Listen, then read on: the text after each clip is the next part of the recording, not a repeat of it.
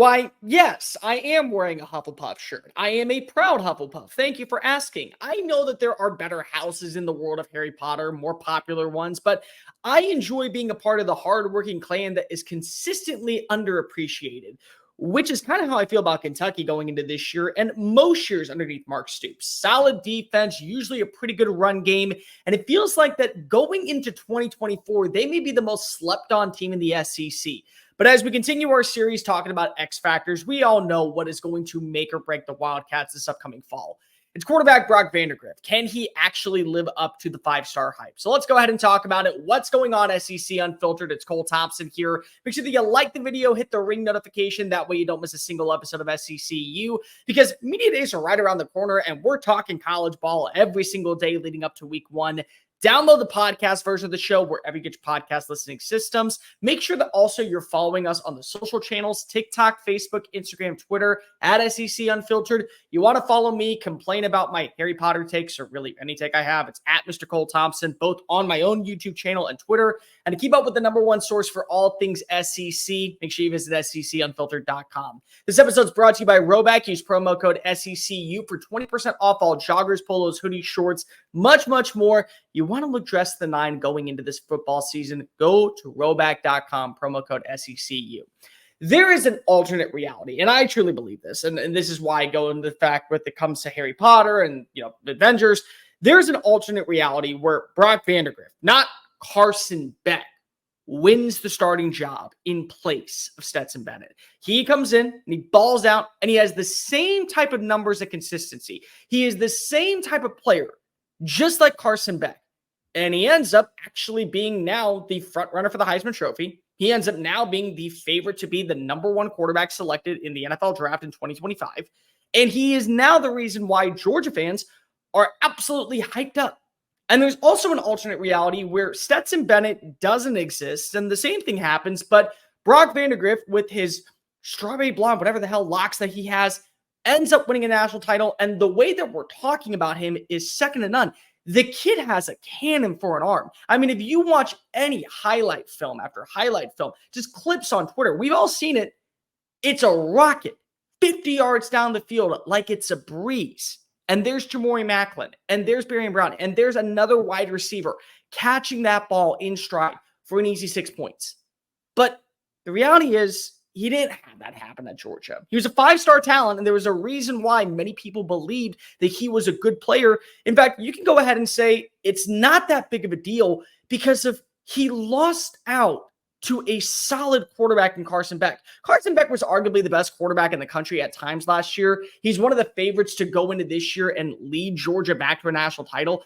I don't think there's any shame in saying that, yeah, you're stuck behind him.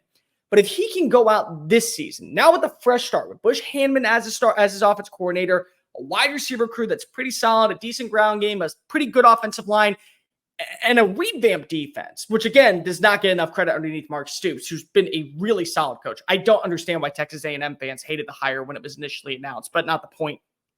If Vandagriff can go out and be that difference maker, we are talking about Kentucky in a completely different light.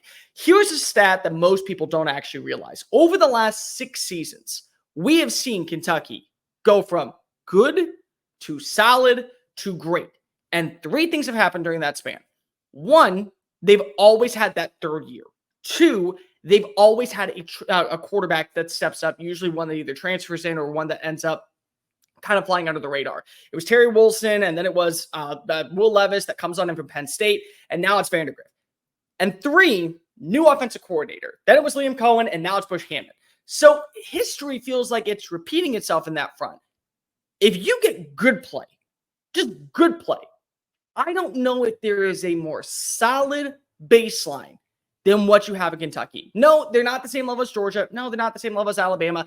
They're not the same level as LSU, and they're not the same level as probably Ole Miss. But that's the beauty of a place like Kentucky. They never have been, yet we know that 10-win seasons are possible. We know the capabilities of actually getting to double-digit victories, finding your way into the top 25 rankings, and sneaking into that conversation of, well, maybe they're not a playoff team, but they damn sure are going to spoil someone else's chance. And if they do get in the playoff, well, who's to say that they're not going to be a team that nobody wants to face? This is a solid defense. I mean, honestly, when you look at Deion Walker, arguably the best defensive tackle in the SEC this year, if not the best defensive tackle in college football, they added in some really good pieces as well. Jamon Dumas-Johnson, he was a starter at Georgia. Like, this was not a kid that didn't come and just find his way onto the pathway in Lexington. No, he carved out a pretty significant role. And unfortunately, there was just good talent, if not better talent in Athens. So now he hightails it up to Lexington, and he's probably going to be in the conversation for a first-round pick, as we've seen over the last few years with Kentucky, from Josh Allen to Jamie Davis. We continue with that pathway. They bring in Jamori Macklin, who, if you guys don't know Mean Green, you will know that he is mean and playing now for the Blue up in Kentucky.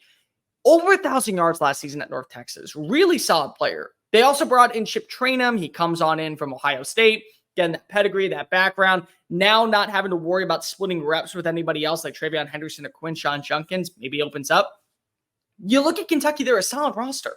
Talked about them. They're a solid team. They're just missing the quarterback. And you can go ahead and say that last year you thought Devin Leary was going to be the guy. It just didn't pan out. I don't know what happened between his time in Raleigh and his time in Lexington, but it just wasn't at the same level as what we all thought when he was the NC State can't-miss player that decided to finally get a fresh start in the SEC.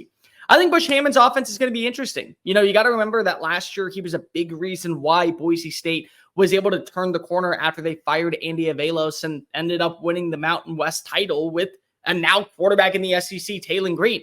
So it's one of those things where there is a lot of opportunities for Kentucky to be good. I think that when you see their roster, they're a solid overall team, and they're just waiting for the right quarterback. They have every piece in line. And Vandagriff has shown you with the 5-star capability coming out of high school, yeah, he can be that dude. He's just got to get a shot.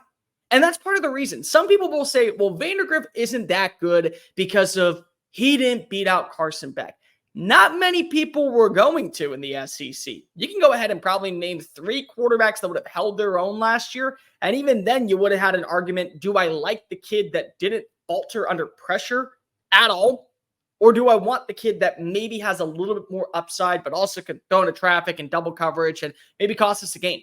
Like, it's one of those moments. Just because Vandagriff isn't a great player because if we haven't seen it, doesn't mean he can't be.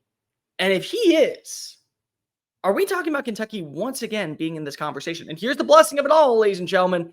Now with the 12-team playoff, it doesn't mean you're left out of the conversation just because you don't make it to Atlanta. 10-2 keeps you in the hunt. 10-2 might be what we talk about with the Wildcats. They find their way every 3 years to get into that chatter. And it's year 3. So who's to say that if Vandagriff is as advertised, if he does come out, slinging it around the yard, looking poised in the pocket, have a little bit of mobility too, which is a very underlying trait about him. He is not going to be a reason why Kentucky is ranked by November. And then we get into that conversation. What about the 11th seed? What about the 10th seed?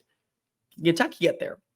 I don't think it's out of the question yet, but he is the X factor for the Wildcats in 2024. And if he does hit, well, Kroger Field may be popping, and honestly, they might be bagging more than groceries this upcoming year. They may be bagging a shot at going to the college football playoff. Let me know in the comment section down below, who do you think is the X factor for your favorite team, and who is the X factor for Kentucky? Like, rate, review, subscribe. Make sure you follow us on all the social channels at SEC Unfiltered. Download the podcast version of the show. Leave a 5-star review if you love this type of content. Leave a 1-star review if you hate this type of content. And to keep up with the #1 source in all things SEC, we got SEC Media Days right around the corner. Make sure that you visit SECUnfiltered.com. I'm Cole Thompson. Until next time, Big Blue Faithful. Later.